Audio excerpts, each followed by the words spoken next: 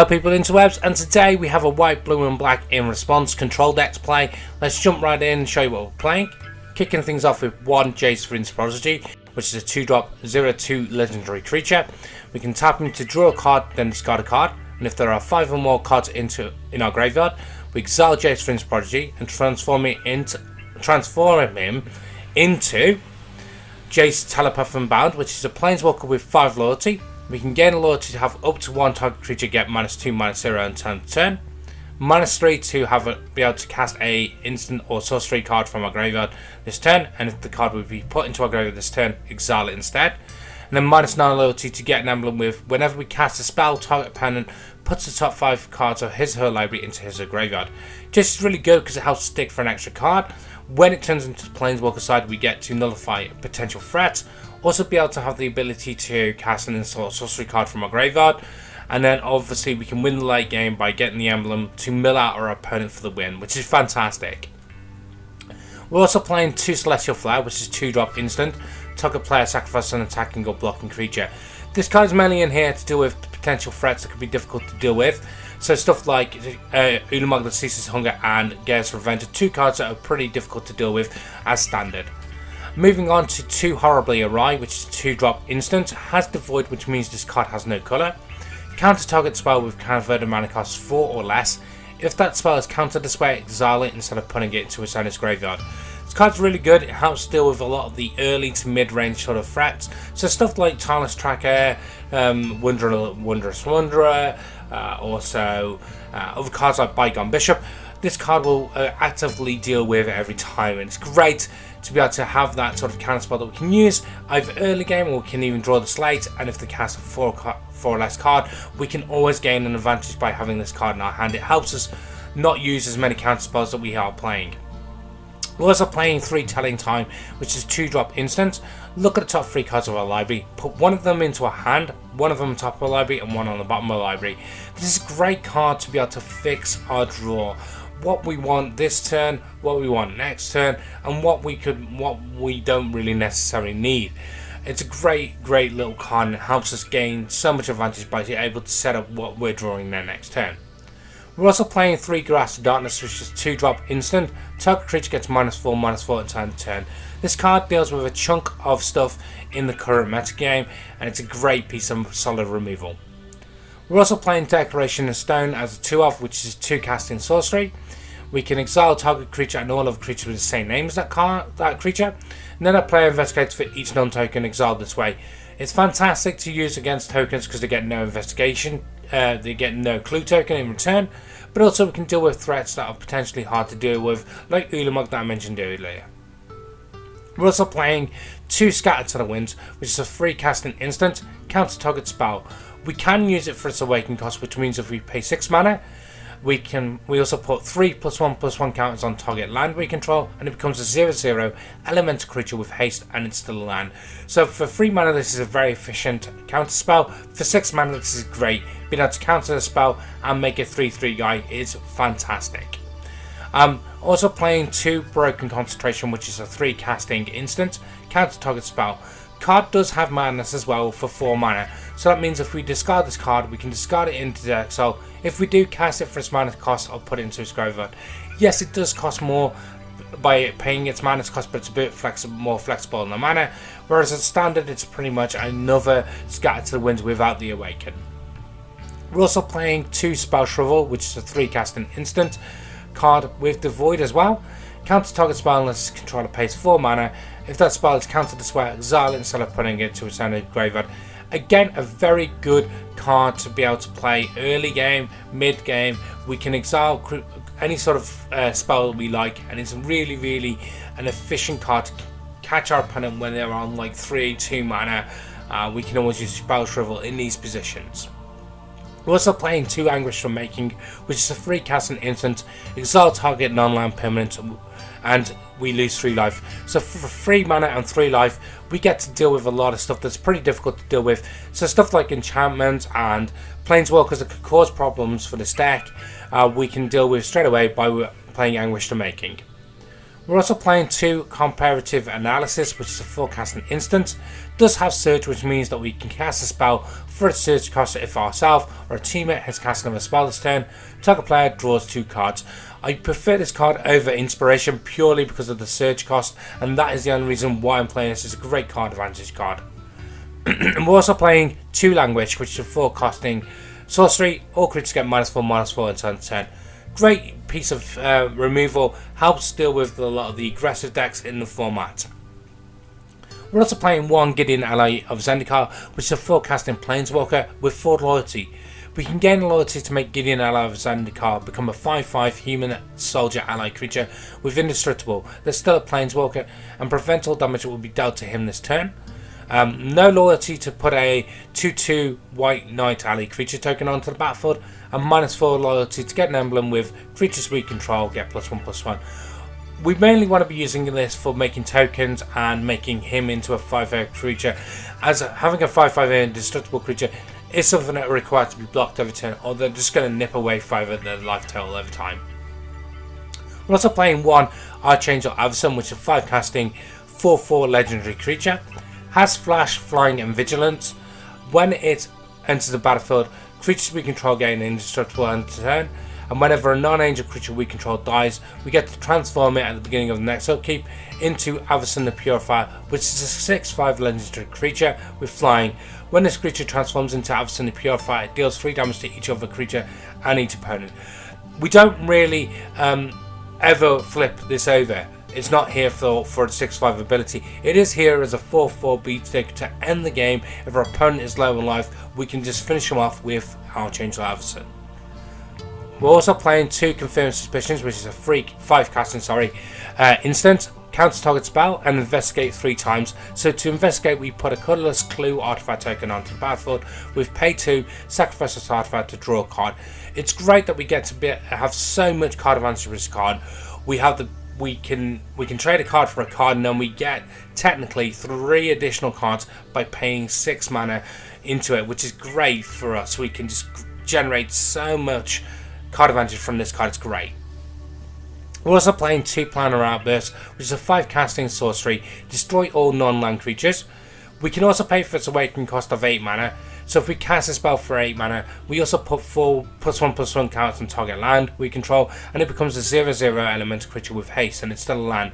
So it's really good at sweeping away the board and leaving us with a 4/4 creature we can just beat down with. And I've won a fair few games with just having the awaken land hit our opponent multiple times. We're also playing 1 Jace Unraveler of Secrets, which is a 5 casting planeswalker with 5 loyalty. We can gain loyalty to scry 1 and draw a card. To scry 1, we look at the top card of our library and we decide if we want to put that back on the top of the library or put it on the bottom of the library. So it's great to know that we can fix our draw just slightly. -2 to return target creature to its own hand, and then -8 to get an emblem with whenever an opponent casts a spell, his or her first spell each turn, counter that spell. We only really use Jace Unraveler Secrets first and second ability. It's very rarely we will use the -8 ability. It's not really relevant and doesn't generate a win condition. We're also playing 1 Obnixus Reunited, which is a 5 casting planeswalker with 5 loyalty. We can gain loyalty to draw a card and lose a life, -3 to destroy target creature, and then -8 to have target opponent get an emblem with whenever a player draws a card, they lose 2 life. So we mainly want to use this for its +1 to gain card advantage, it's -3 to deal with any threats, and then if we really want to, if they're low on life, we can essentially just shock them every single turn until they are dead. We're also playing 1 Sorin Grim Nemesis, which is 6 casting planeswalker with 6 loyalty. We can gain loyalty to reveal the top card of our library and put that card into our hand. Each opponent loses life equal to its preferred mana cost. -X loyalty to have Sorin Grim Nemesis deal X damage to target creature or planeswalker, and we gain X life. And then -9 loyalty to put a number of 1/1 Black Vampire Knight creature tokens with lifelink onto the battlefield equal to the highest life total among all players. We mainly want to use the +1 ability on this because it helps us kill our opponent a lot more faster. The -X is here to deal with any sort of potential threat, but we very rarely we use the -9 ability. Lands this time are going to be 3 plains, 4 islands, 2 swamps, 2 Shambling Vent, which is a land that ends battlefield tapped. It taps for a blue or a it taps for a white or a black. You can pay a white, black, and a colourless to make it a 2/3 white and black elemental creature with lifelink and turn, and it's still a land. Also playing 2 Sunken Hollow, which is a island swamp. It will tap for a blue or a black. It enters the battlefield unless we control. It enters battlefield tap, unless we control 2 or more basic lands. We're also playing 2 Prairie Stream, which is the same card just for white and blue. We're also playing 2 Westerville Abbey, which is a land that taps for a colourless mana. Pay 5 mana and tap it and pay 1 life to put a 1/1 white and black human cleric token onto the battlefield. Pay 5, tap and sacrifice 5 creatures, and we transform Westerville Abbey and untap it. And it is our Medial Profane Prince, which is a 9/7 legendary creature. It has flying, lifelink, indestructible, and haste. As you can clearly tell, with those sort of things going on, it's going to win the game very, very quickly. We're also playing 2 Drowned Catacomb, which is a land that ends battlefield tapped unless we control an island or a swamp, and it taps for a blue or black. Also playing Isolated Chapel, which is the same version just for white and black. Glacial Fortress, which is the version for white and blue. And also we're playing 3 Evolving Wild. Okay, game 1 for us, guys. Let's see the starting hand. Looking quite good. I do like the starting hand, so we're going to keep this. We're going to lead out with an island and play, we'll change that. We'll lead out with the Prairie Stream, and then we can lead with the Isolated Chapel the turn after. So we will do that, and then we can also get the telling time going and get some sort of card advantage going in the early game. It also leaves us open for the Celestial Flare play if we do require it this early. I doubt though. Our opponent seems to be on a bit of a slow turn, so that's pretty good for us. We'll play the Isolated Chapel as planned, and then the following turn we will drop the island so that we can set ourselves up with the Broken Concentration. Also set us up later on for the Confirmed Suspicions. Opponent plays a Vampire, 4/1 Vampire. We will Talon Time, and we will take the Anguish to make in this position, and we'll also take the Confirmed Suspicions. I think we're going to put the land on the bottom of the library. We seem to be pretty okay for land at the moment, so we will draw another land. We will play the island in this position, and we'll see what our opponent wants to play on their next turn. Hopefully they just play the enchantment, which would be very, very efficient. So he doesn't, he comes swinging across for 4, so we will Celestial Flare it, so we do not take the 4 damage.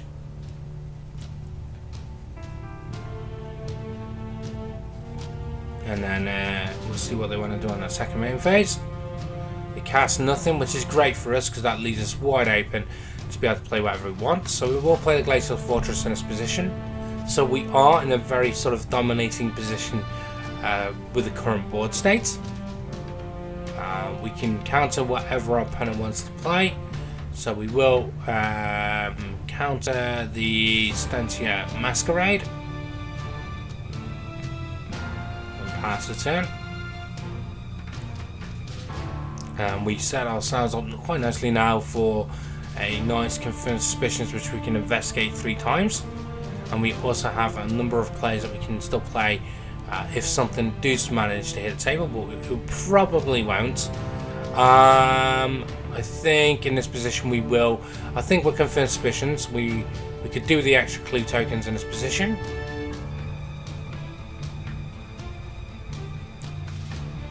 So we will do that, and then nothing else to play, so we will pass the turn right back over.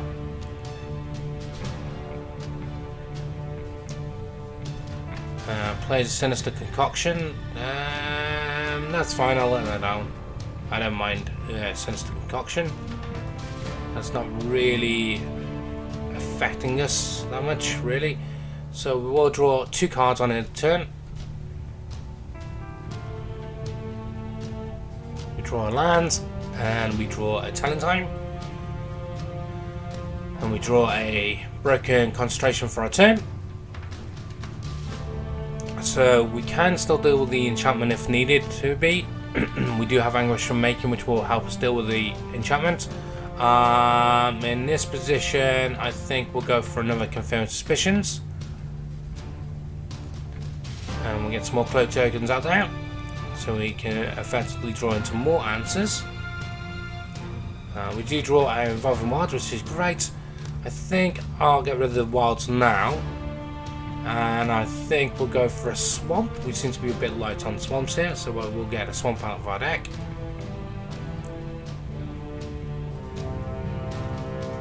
So we'll wait to see what our opponent wants to do.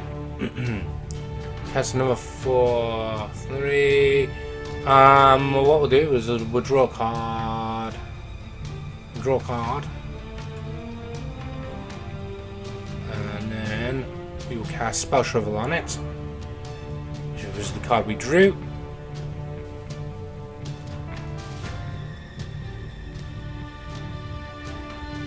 And our opponent leads the game, so we are going to pick up the easy gold here. Game 1 to us. Okay, let's see how game 2 pans out for us then. Let's have a look at the start hand. We've got no black in this position. Not liking that we don't have any black. We do have a Telling Time, which we could potentially draw into a black source. So I think we will keep it. We'll lead out with the Prairie Stream as usual, and then follow via the plains or the islands. It doesn't really matter in this position because either way we'll still be on the Breaking Concentration for turn 3. We are looking mainly for a swamp when we go for the Telling Time now. So we're looking for a black source. We do draw a black source. That's great. That's fantastic. It does set us up fairly nicely. We could do another black source to let us be set up for Languish, which would be even better. Put us in a bit of a stronger position. Yeah, sure. We will cast the Telling Time. We do find a Drowned Catacomb, so what we will go for the Spell Shrivel in this position, and we'll also have the Drowned Catacomb on top of our library. So we have set ourselves up really, really nicely now. We are going to be in a very commanding position, so we will play the Drowned Catacomb now, and then we can leave this open for the Grasp of Darkness. In case our opponent tries to enchant the 2/2 that's already on the battlefield, then we can always nullify that. So that's for a Sylvan Ranger. That's pretty okay. I don't really want the Sylvan Ranger to find him a land, so we will counter that. It does seem a bit of a harsh counter, but I don't like the idea of him being able to be getting land out of his deck. I think it would be better if we can slow that up. If he's having a bit of mana trouble, then we can slow him up just a little bit. So we're going to take 2, go to 18. We are down to 18. See what we draw. We draw an Evolving Wilds. I think we'll just go for the Evolving Wilds in this position. We're fine for everything else we can possibly cast. And we'll see if we made a good call by countering that. Plays Gideon, which we will counter as well. And then we will get rid of this. And we'll go for a Plains. We'll go for a Plains off that.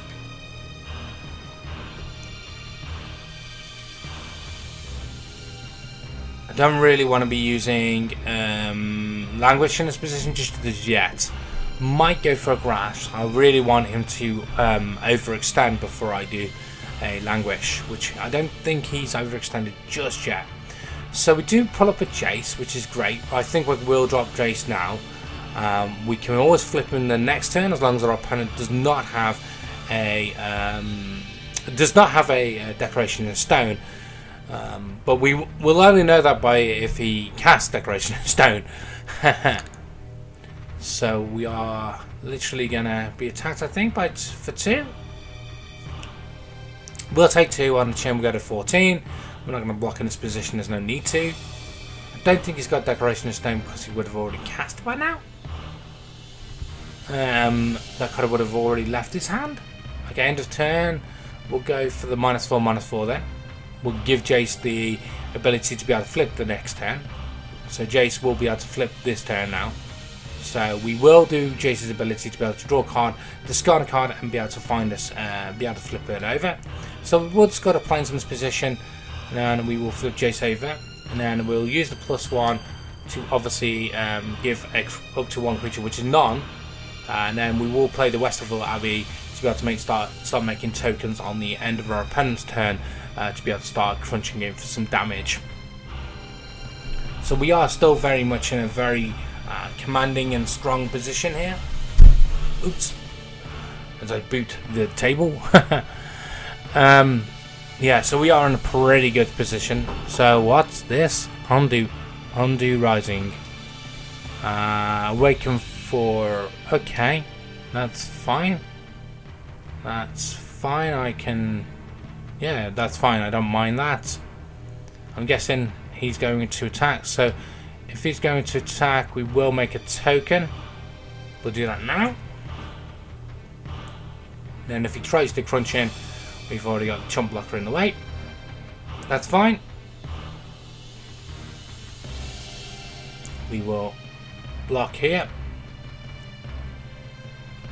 That's cool.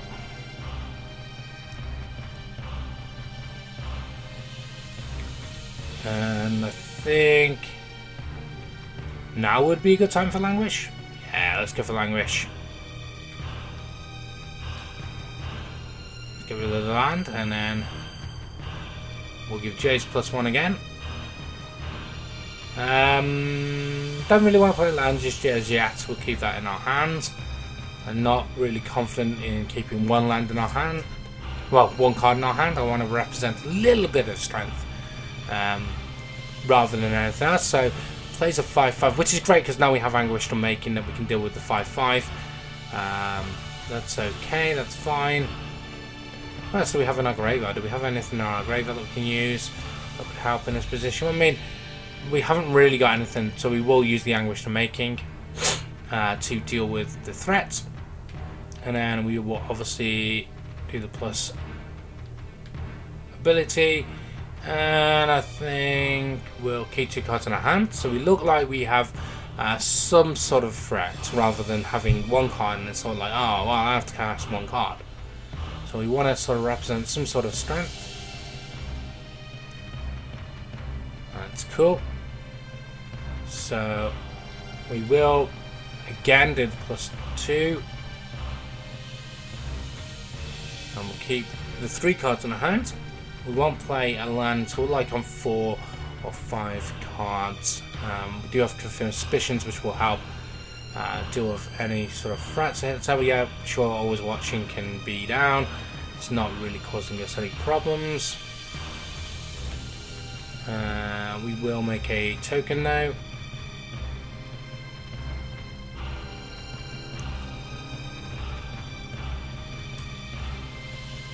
And we will attack.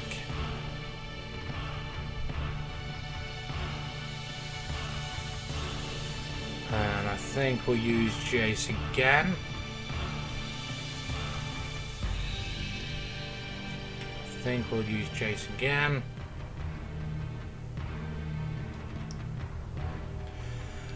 To pump that up to get it up to 10, so when we use the ult we still can keep Jace around.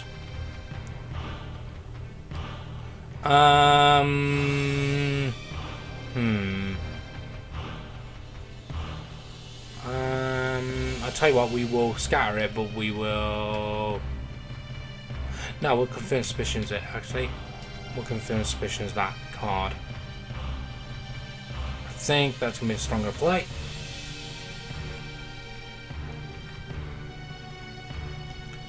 Oh, nice. Shambling Vent from the top. That's pretty sweet. Tap for 1. Play the Shambling Vent. Now we can start drawing some serious cards. We did Flash Scatter to the Winds to our opponent as well, which isn't the best thing to do, but yeah, we should have gone for the ult there as well. If I'm honest, we should have gone for the ult. That's a bit of a mistake from me, not paying attention to what I was doing or how I'm going to win this game. So we're going to draw a card here, and we're going to draw another card as well. And we might as well go for the 3rd card as well, tap completely out. We're not under any threat from anything that he could be casting. We could target Jace. Yeah, that's fine. That's cool beans. Cool. That's pretty awesome that we draw an Isolated Chapel. We will make the Shambling Vent. And we will swing and start crunching in for some sweet old damage.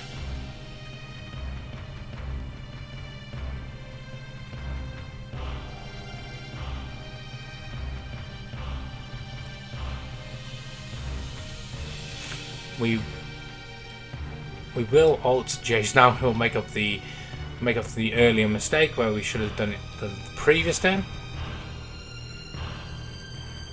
So now whenever we cast a spell, regardless of what that spell is, we will be able to mill our opponent for 5 and he quits the game. So we are going to pick up the easy gold here, and that will be 2-0 so far for this deck. Okay, game 3 for you guys. Let's have a look at the starting hand.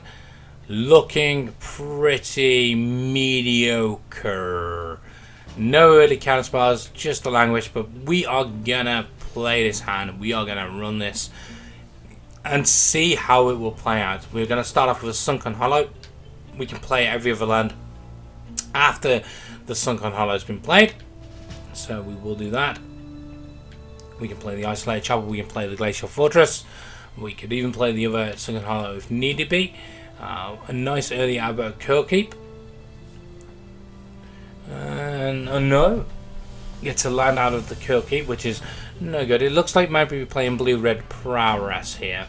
We'll go for an Isolated Chapel, which means that we'll come and play untapped, and we will use the Talentine to gain some sort of advantage here.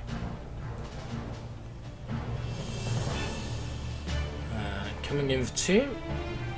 Any sort of pump, any sort of extra damage. No extra damage, no pump, no nothing. Very interesting. We'll go for a Talentine here. We'll go for an Anguish to make it into a hand. And a Plains next. We'll play the Glacial Fortress, so then we leave it open for the Anguish to making if needed be.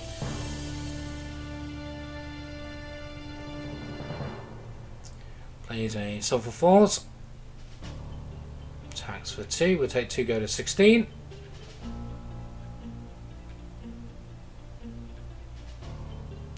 And we'll Talentine again. We'll go for... interesting. Gideon and Jace. Yeah, over this Celestial Flare. Yeah, we'll go for that. We'll drop Glacial Fortress. We'll try and get Gideon out. We do successfully get Gideon. We will make a 2/2 creature. And we will pass the turn back to our opponent. See what they want to do. I mean, they have enough mana to make the 1/4 creature now. They do have enough mana to do that.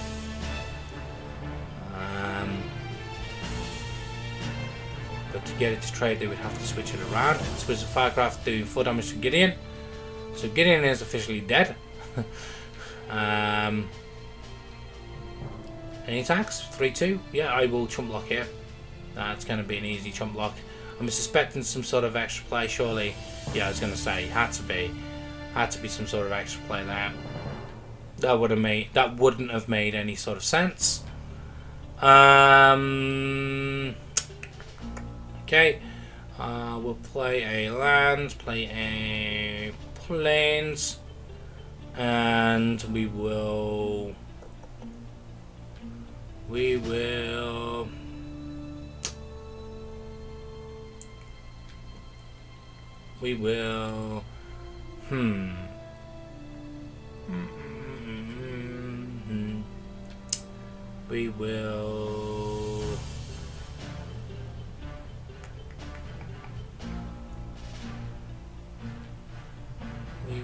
do nothing. We'll pass the turn. We'll pass the turn over. We'll pass the turn over.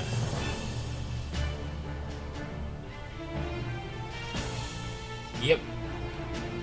There's a Majoring Bully. That's cool.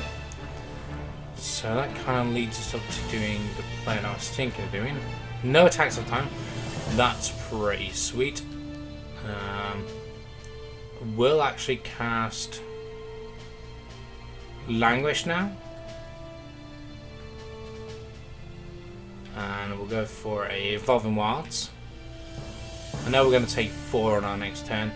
Not the best sort of play, but we'll buy up a turn.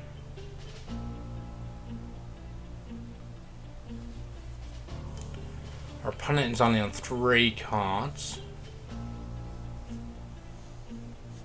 Yep, making the Wandering Ephemeral. We will sacrifice this. And we will go for a Swamp in this position, I think. Yep, Swamp definitely. And we will take 4 this time. We go to 12. No. I was gonna say. Okay. Yep, sure. Titan Strength. Okay, we're taking more than 12. We're taking 7.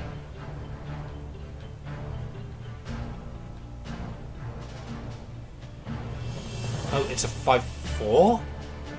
Okay, that's interesting. I thought it's 7. Okay. Okay, well, we'll take that damage. Go to 11, Goblin Chaser. That's fine.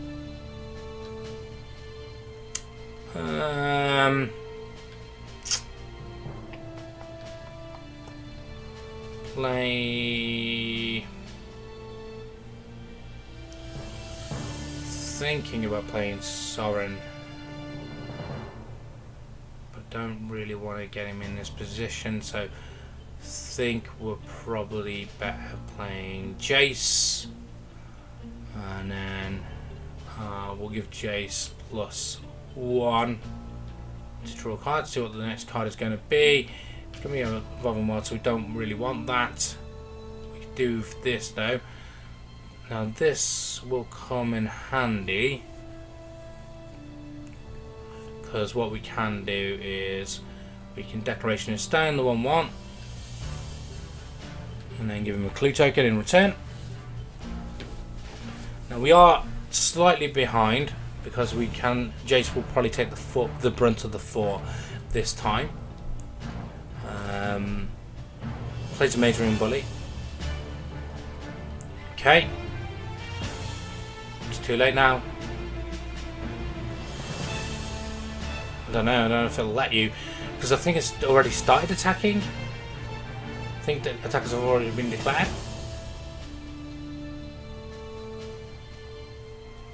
I'm pretty sure attackers have already been declared. She's going to give it haste. Yeah, 3/3. Attack us, not Jace. Us, not Jace. Us. Okay. We take the damage. We'll take that damage. We're at 8.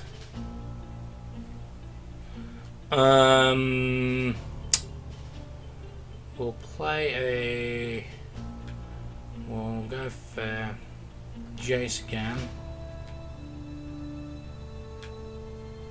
Put that on the bottom. We don't really need land, and it keeps on giving me land. Don't really need the land right now, lads. Don't need it.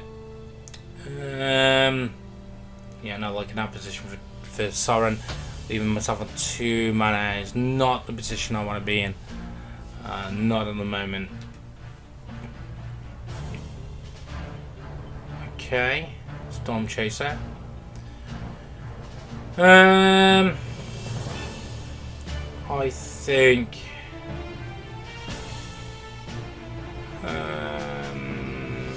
we'll go for the 6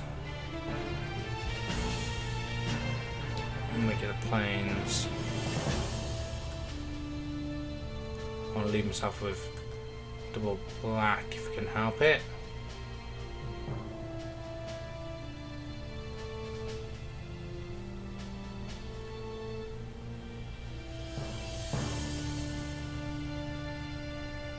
Yep. And we'll kill it. And we take nothing. Okay.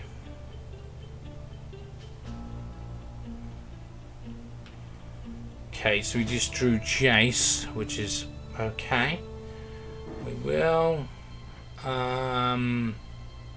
think we'll do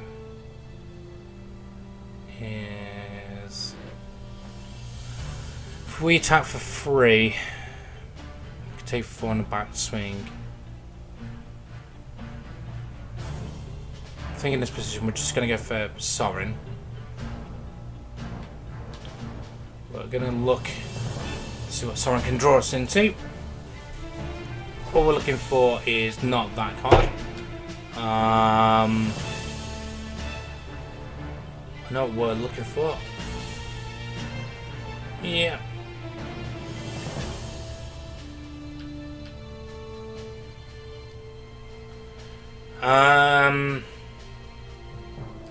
Put that on the bottom.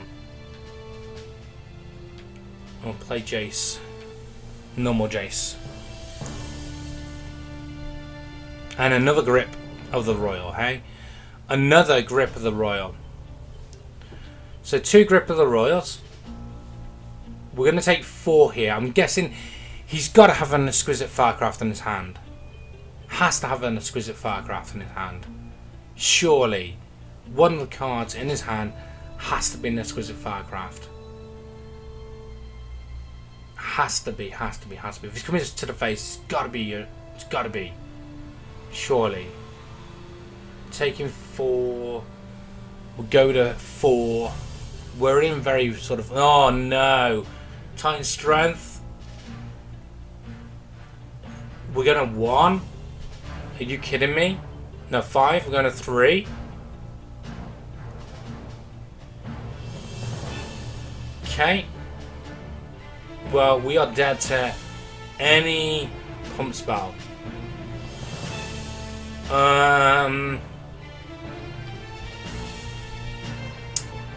Okay.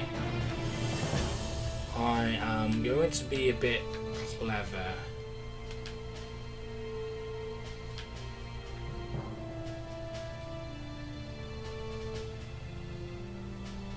We're going to try and make ourselves live just a little bit longer. We're not going to use Jace's ability, there's no need to.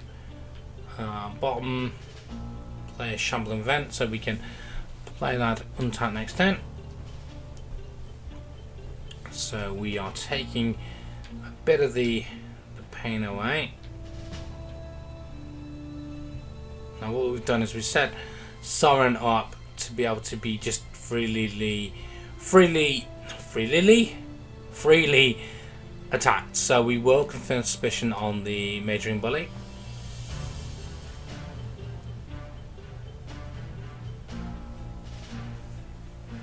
He's going to make the 4-1. Obviously make it a 4-1. But the question is he going to attack Sorin, or is he going to attack my face? He's going to attack my face. We're dead to any sort of burn spell.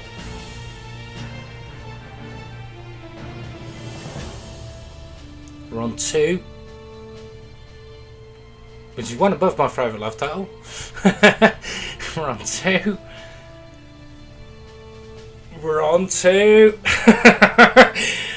Come on. Okay. We can comparative analysis myself to draw 2 cards. Get a Grasp of Darkness and a Shambling Vent. Okay. We've got a Languish as well. First things first, we're not going to draw. We're going to make Shambling Vent. We're going to get some of our life, our precious life back.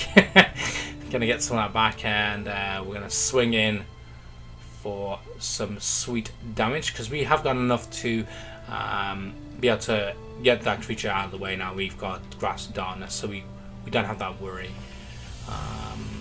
Play this Shambling Vent. Use Sorin.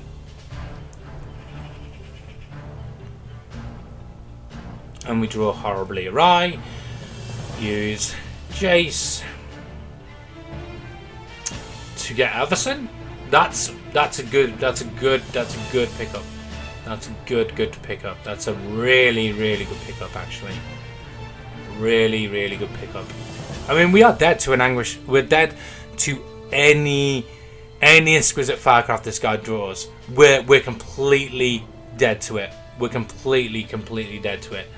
Yeah,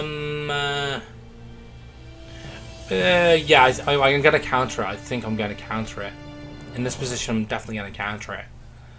I know he's going to make the token. I know he's going to make the card. We'll wait till he turns into a 4-1. We'll wait until he turns into a 4-1. Swing. And then we will grasp Darkness it. Doesn't really matter if you change power and toughness, it's still going to be dead. So we are in a pretty good position here. We are in a very good position. We're on 4 life. We're on 4 life. We're going to use Sovereign. Hopefully Sovereign will pull us up a card that can potentially kill our opponent this turn. Oh, it's a planar outburst. It's a planar outburst. It's a planar outburst. It's definitely going to be enough because our opponent is on 3. So we're just going to swing in for 3 here. Nice and confident. Kill our opponent. Bang on 0. And that will be good end game. Excellent. Sweet. Okay, guys. Well, I really enjoy playing the Esper control deck. And the in response deck. It's a very fun deck to play.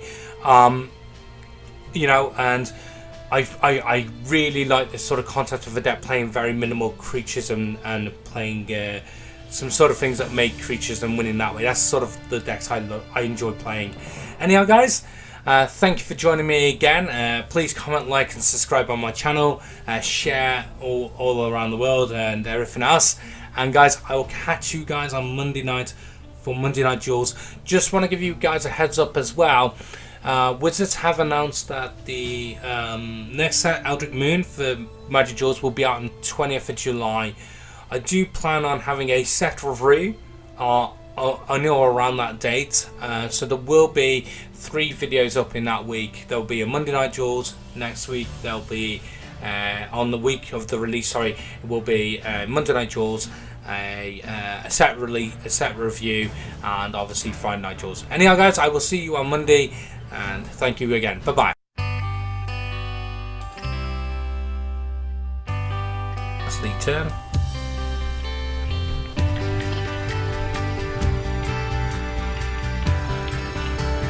Ouch, man! This is hurting right now. Jeez, man, this is hurting. Okay, he's going straight to the face here, not going after Nissa.